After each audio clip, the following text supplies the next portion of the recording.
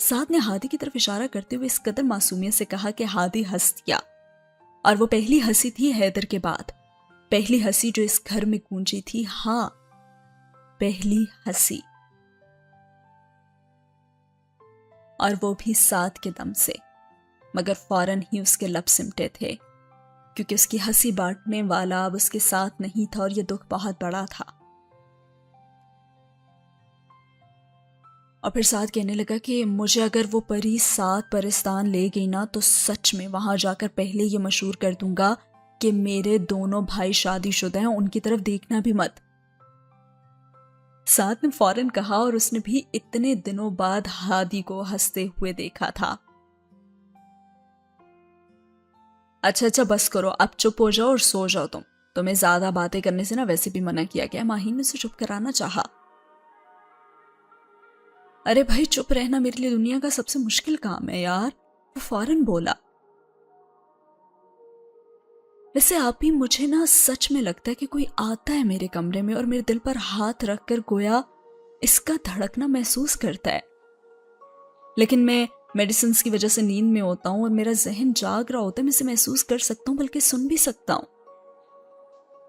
وہ اب کے سنجیدہ ہو چکا تھا، اور ماہین نے اسے ٹالتے ہوئے کہا کہ کم آن سعد، تمہارا وہم ہوگا یہ۔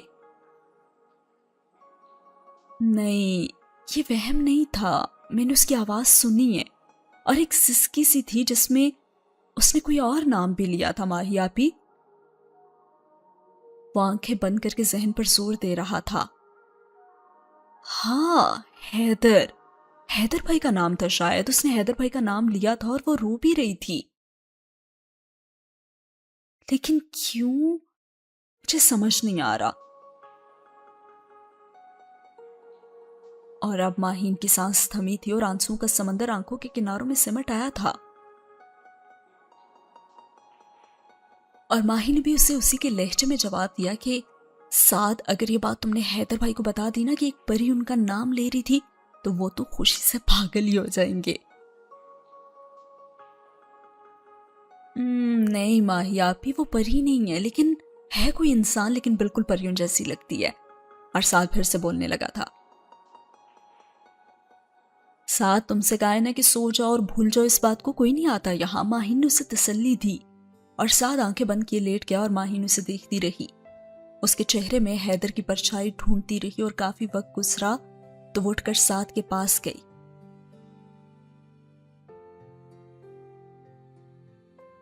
اس نے بھی جا کر دیکھا اور محسوس کیا کہ اس کا دل دھڑک رہا تھا، اور سعد نے پھر آنکھیں کھولی۔ ماہین کی آنکھیں نم تھیں اور سعد نے اسے دیکھا، اور اب کہ اس کی آنکھوں میں حیرت نہیں تھی، جیسے وہ جانتا تھا کہ ماہی ایسے ہی کرے گی۔ اور پھر وہ کہنے لگا کہ ماہی آپی، آپ، ہادی بھائی اور ایک وہ انجان سی لڑکی، سب کے سب میرے دل کا دھڑکنا کیوں محسوس کرتے ہیں؟ کیا آخر کیا ہے ایسا میرے دل میں؟ کیوں سب کو اس دل کی اتنی فکر رہتی ہے؟ مجھے بھی تو بتائیں نا، وہ بے بسی سے پوچھ رہا تھا۔ کیونکہ یہ دل بہت خاص ہے ہم سب کے لیے، اور تمہارے لیے بھی، کیونکہ یہ بہت خاص انسان کا دل ہے سعد، اسے دھڑکتے رہنا چاہیے، اس لیے ہم بار بار ہاتھ رکھ کر خود کو تسلی دیتے ہیں کہ یہ دھڑک رہا ہے، اور اس کے رکنے سے بہت سے لوگوں کے دل رک جائیں گے، اور اس کے دھڑکنے سے بہت سے لوگ زندہ ہیں۔ اور وہ اتنی عجیب طرح سے بتا رہی تھی کہ سعد کی آنکھوں میں الجھن ابھری، اور پھر فوراً سے ماہی نے کہا کہ ارے یار، یہ تمہارا دل ہے نا سعد، تم بہت خاص ہو ہم سب کے لیے۔ ماہی نے فوراً دل کو سنبھالا اور بات بدلی، اور پھر اسے کہا کہ اب سو جاؤ نا تم۔ ماہی نے اس کا ہاتھ تھپ تھپا کر باہر کو نکل گئی، جبکہ سعد الجھے دماغ کے ساتھ آنکھیں بند کر کے لیٹ گیا، اور سین ہوا یہاں پہ ختم۔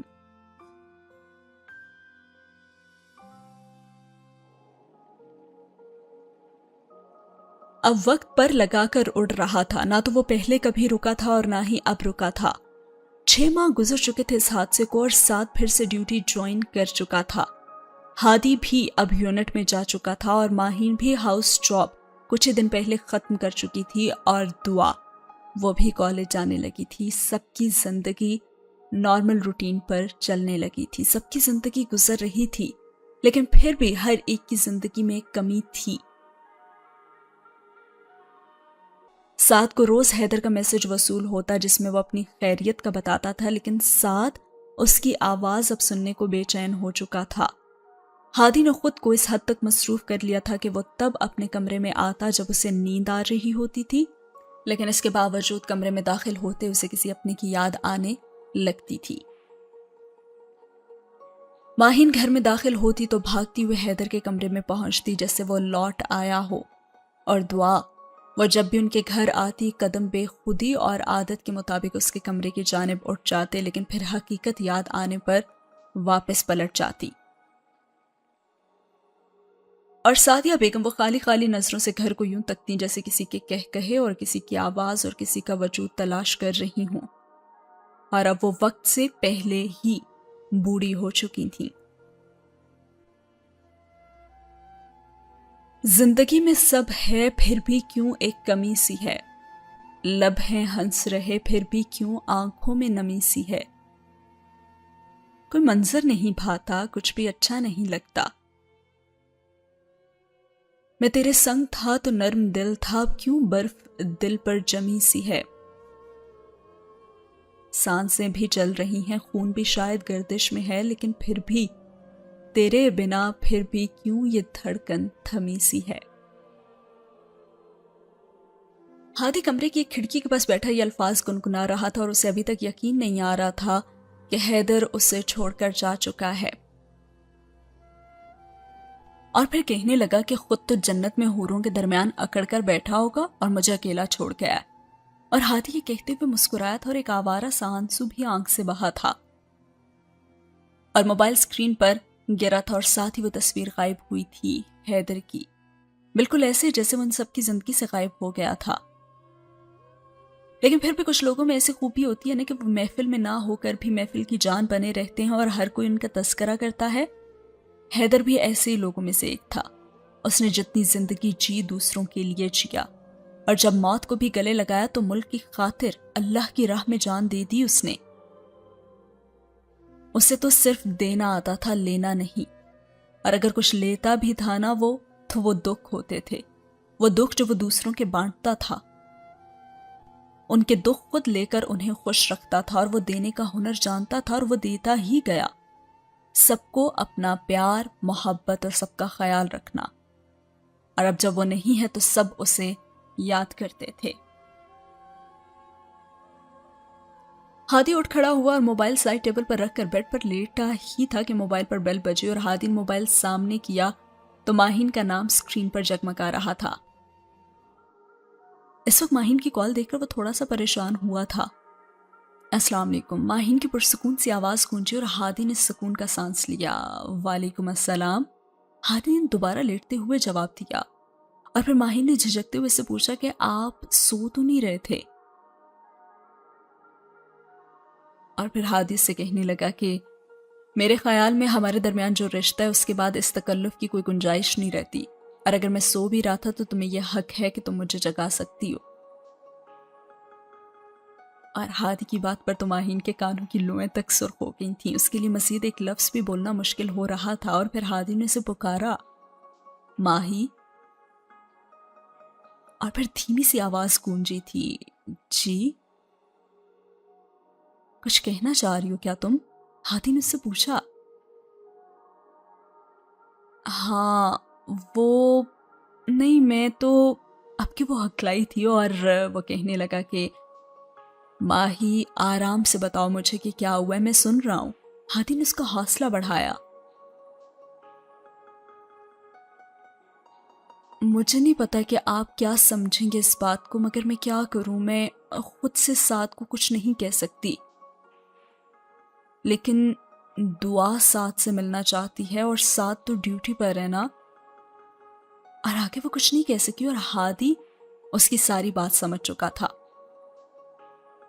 وہ جانتا تھا کہ دعا اصل میں کیوں اس سے ملنا چاہتی ہے، کیونکہ سعد کے سینے میں موجود دل اسے اپنی طرف کھینچ رہا تھا اور وہ اس دل کی دھڑکن سننا چاہتی تھی۔